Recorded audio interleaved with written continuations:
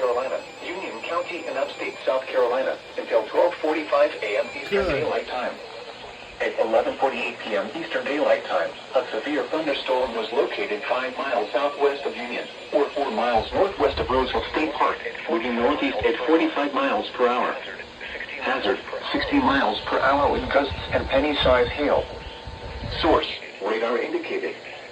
Impact, expect damage to trees and power lines. Locations impacted include Union, Monarch Mill, Buffalo, Lockhart, Sharon, Hickory Grove, McConnell's, Lowry's, Roseville State Park, and Bullet Creek. For your protection, move to an interior room on the lowest floor of a building. Please report damaging wind, hail, or running to the national by calling toll-free. There it is, right there. 267-8101, or by posting on our Facebook page, or tweet it using hashtag NWSGSP. Your message should describe the event and the specific location where it occurred.